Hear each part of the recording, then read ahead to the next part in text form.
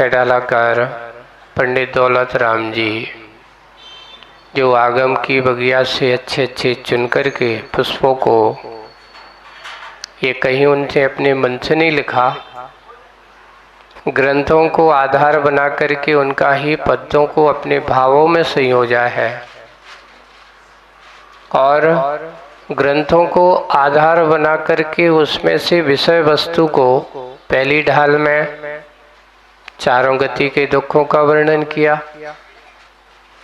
दूसरी ढाल में गृहीत मिथ्यात आदि या गृहीत मिथ्यात आदि का वर्णन किया, तीसरी ढाल में यानी सम्यक दर्शन के महात्म को बताते हुए पहले दूसरी ढाल में, और फिर ज्ञान की बात आई, फिर चारित्र की बात कही पांचवी ढाल में, छठी ढाल में 12 भावनाओं को ध्यान का विषय बनाया पांचवी ढाल में, और ये छठी ढाल जिसका पाना चाहिए, जिससे ही तुम्हें मोक्ष की प्राप्ति होगी,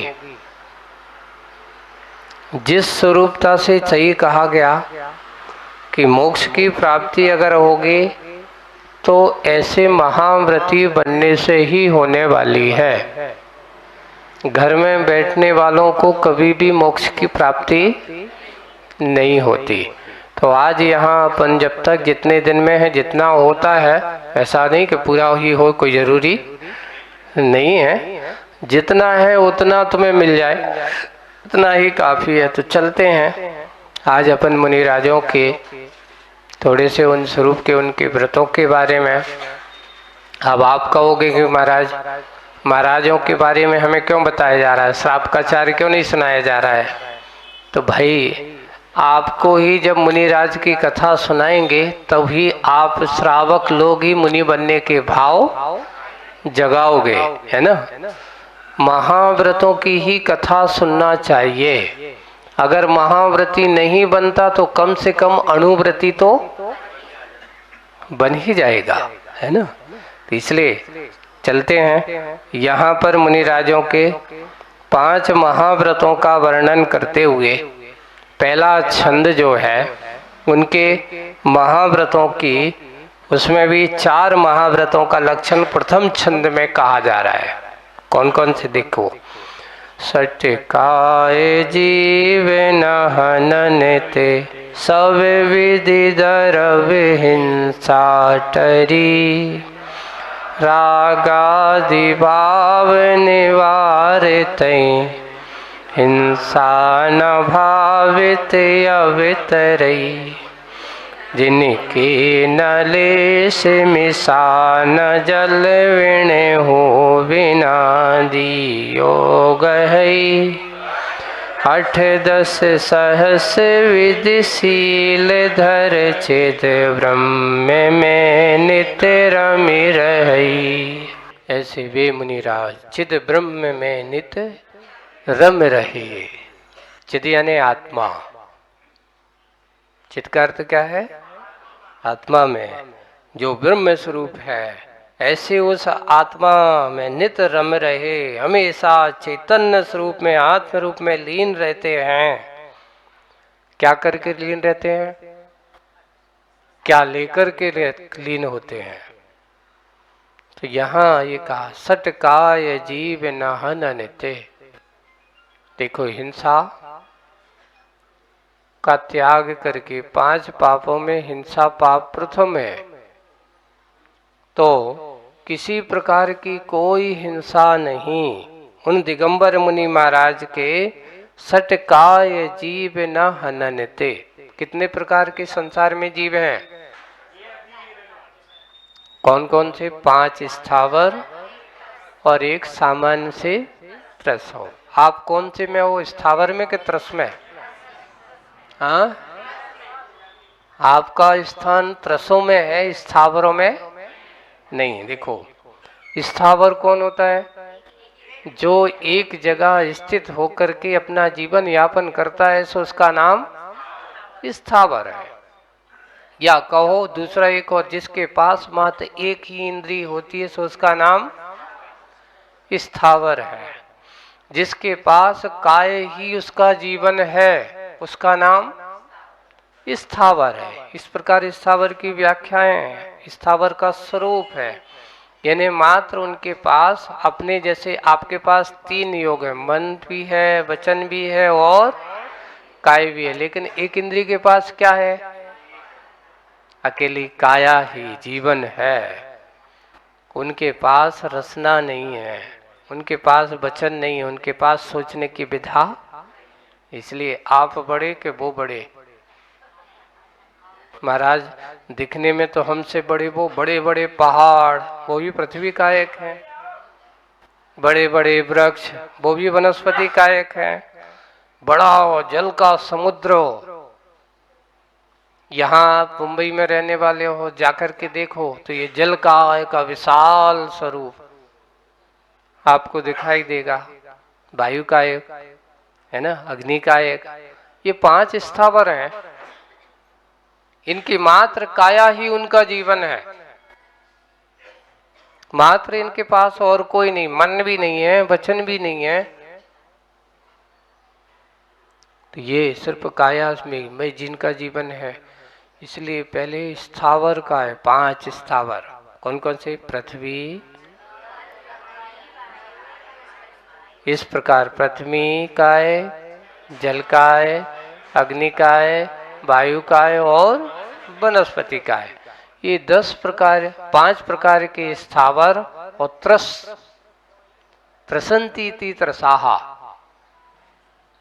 जो चलते फिरते हैं, जिनको गति से गत्यांतर करने का सामर्थ होता है, जिनके पास यहां से वहां जाने का सामर्थ्य स्वयं अपने प्रयत्न से होता है, उनको त्रस बोलते हैं। ऐसे त्रस जीव, तो त्रस जीव कहां से चालू होते हैं? 2 इंद्रिय से। जिनके पास 2 इंद्रियां पाई जाएं, एक कौन कौन सी? स्पर्शन और रसना। स्थावर जीव के पास एक स्पर्शन इंद्रिय ही होती है। अब यहां से त्रस जीवों का घात अगर होता है, या त्रस जीव जो होते, यहीं से उनके यहाँ सप्त धातु का संयोग भी होने लगता है। रस रुधिर आदि भी उनके शरीर में उत्पन्न होने लगते हैं। अपने यहाँ एक विशेष बात है, खाने योग्य क्या है? तो उनने लिखा है अपने यहाँ वनस्पति आदि जो है वो एक इंद्रिय है, उसके लिए उसमें रस रुधिर आदि का कोई संयोग नहीं होता, इसलिए उसका सेवन करने से, वनस्पति सेवन करने से कभी भी मांसाहार का दोष नहीं लगता। ऐसा जो खाने योग्य है उनके लिए कहा। कभी कभार देखो उस वनस्पति के निमित्त से बहुत सारे त्रस जीव उत्पन्न होते हैं। जैसे अपने यहाँ पंचोदंबर फल का त्याग क्यों कहा? वो तो वनस्पति है। महाराज वनस्पति आप कह रहे हो, है ना, वनस्पति है, पर पंचोदंबर फल का त्याग कहा। जब भी अष्टमूल गुण करने की बात आती है, अष्टमूल गुण को लेने की बात आती है, तो उसको कहा जाता है कि पंचोदंबर फल का त्याग करो। कौन कौन से 5 उदंबर फल हैं?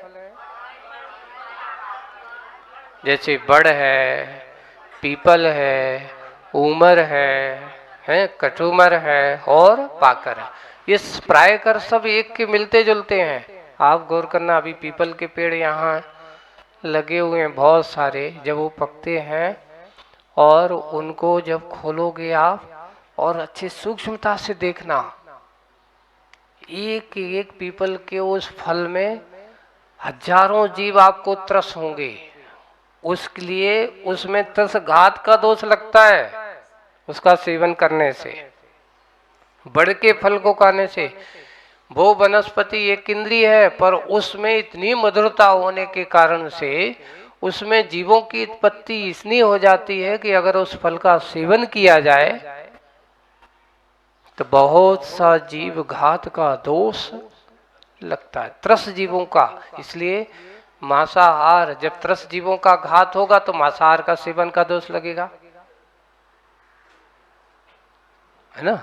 अब ये हो गए 5 उदंबर फल, पीपल है, उमर है। अब तुम लोगों ने देखी उमर, देखा कभी नहीं? अब यहाँ मुंबई में रहने वालों को देखने को मिल जाए, गांव में रहो तो मिले हुआ। बड़ा बड़ा फल होता है। अपन पहले एक कहावत चलती थी, ना उमर खोड़ो ना पखा उड़ाओ। एक कहते किसी को छेड़ाछाड़ी मत करो, अगर तुम उसको छेड़ोगे तो वो तुम्हारे ऊपर टूटेगा। ऐसे पहले कहते उमर को अगर छेड़ोगे, उसको फोड़ोगे तो उसके अंदर के जीव जो निकलेंगे वो तुम्हारे लिए आक्रमण करेंगे, तुम्हें काटने का कार्य कर सकते हैं। इसलिए वो नीति जो बनी ना, उमर फोड़ो ना पखा उड़ाओ, जीवों को मत उड़ाओ, छेड़ो मत, है ना, छेड़ने की दृष्टि से। हाँ, तो उमर फल होता है एक, इतना बड़ा होता है। प्रायकर जितने भी उदंबर फल होते हैं सब वृक्ष, अपन जैसे आम को आपने देखा कहाँ लगता है, आम की एक गुच्छे अलग होगा, लेकिन ये फल प्रायकर जो बड़ा बड़ा तना होता है ना, तने पे, वो कभी शाखा पे नहीं लगते, वो सीधे जाकर के शाखा यानी उसके तने पर ही वो अंकुरित होते और सीधे अंकुरित होकर के उनको विफल। तो ये उदंबर फल हमेशा शाखा पे नहीं, उसके तने पे लगते हैं। और जैसे आम है, जाम है, ये फल जो होते हैं अलग से उनकी शाखाएं हो जाती हैं, तो इसलिए इनको उदंबर नहीं कहा। उदंबर फल कौन से होते हैं, तो उनके लिए 5 उदंबर फलों में इनका दिया। तो इनका त्याग करना, और दूसरा त्रस जीवों की हिंसा ना हो जिसमें होती है ऐसे फलों का भी त्याग करना। 5 उदंबर फल इसलिए अवक्ष हैं, अष्टमूल गुण के धारी ग्रात श्रावकों के लिए 5 उदंबर फल का त्याग करना और मध्य मास मधु का भी त्याग करना। ये अष्टमूल गुण है, बिल्कुल सीधे साधे, इतना संकल्प हर व्यक्ति ले सकता है, लेकिन हमारा संकल्प नहीं है। हमने कभी ये नहीं कहा कि मैं अष्टमूल गुण का संकल्प लेता हूं। कभी तुम लोगों ने संकल्प किया? अगर किया है तो आपका वो अष्टमूल गुणधारी, इसके लिए कहा कि जिसके अष्टमूल गुण का संकल्प है वह श्रावक अष्टमूल गुणधारी है। अभी सामान्य से गृहस्थों को कम से कम अष्टमूल गुण का पालन करने का नियम तो होना ही चाहिए, जबकि इनकी आवश्यकता नहीं है, तुम्हें इनकी जरूरत नहीं है। आपको शराब पीने का त्याग, मांस खाने का त्याग और मधु सेवन, अपने यहाँ हनी जिसको कहा जाता है, ये बहुत असंख्यात जीवों की हिंसा का कारण है। आपको बताऊं, अपने क्रिया कोश में, और शायद मुझे ऐसा ध्यान है स्वामी कार्तिकेय उपेक्षा में, अभी नहीं, क्रिया कोश में तो आया है, उस पर लिखा है कि 1 बूंद शहद का सेवन करें तो उसमें कितने जीव होते हैं। तो उन्होंने कहा अगर उस 1 बूंद के सारे जीवों को कबूतर बना दिया जाए, कितना, तो कबूतर बना दिया जाए, इतने जीवों के घात करने को बोले कि 7 गांव को जलाने का दोष लगता है। इतना मधु खाने का दोष बताया है। अब आज हमारे यहाँ लोगों को, अपने बच्चों को हम डायरेक्ट नहीं इनडायरेक्ट कभी भी उसको खिला देते हैं लोगों में, इसलिए इसको पिशित भी कहा जाता है। मधु का दूसरा नाम, जिसमें बहुत से सारे जीवों का मारने का कार्य किया जाता है, उसका नाम पिशित भी है।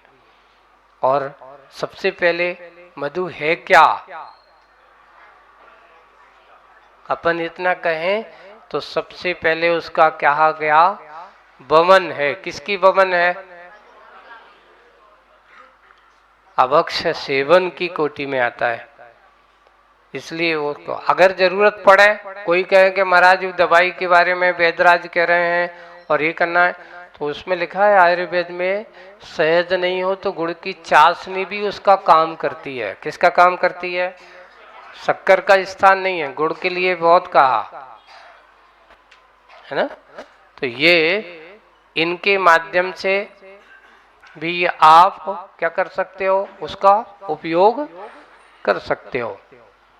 तो ये उसको बात कहे, तो हम इनको त्याग आराम से कर सकते हैं। इसलिए अष्टमूलगल संकल्प अगर हमारे नहीं है, अपने बच्चों को, अपने परिवार वालों को, आज जो शहद वगैरह बहुत तरह तरह की उपचार और तरह तरह के उपचारों में उपयोग कर रहे हैं, उसको हमें नहीं करना चाहिए। कुछ लोगों को अभी एक बात आते हैं, हमारे बच्चों को च्यवनप्राश खिलाते हो कई लोग है ना, गर्भ पर ले आते हो, और उसमें लोगों को कहा जाता है कि उसमें हनी का सदुपयोग होता है।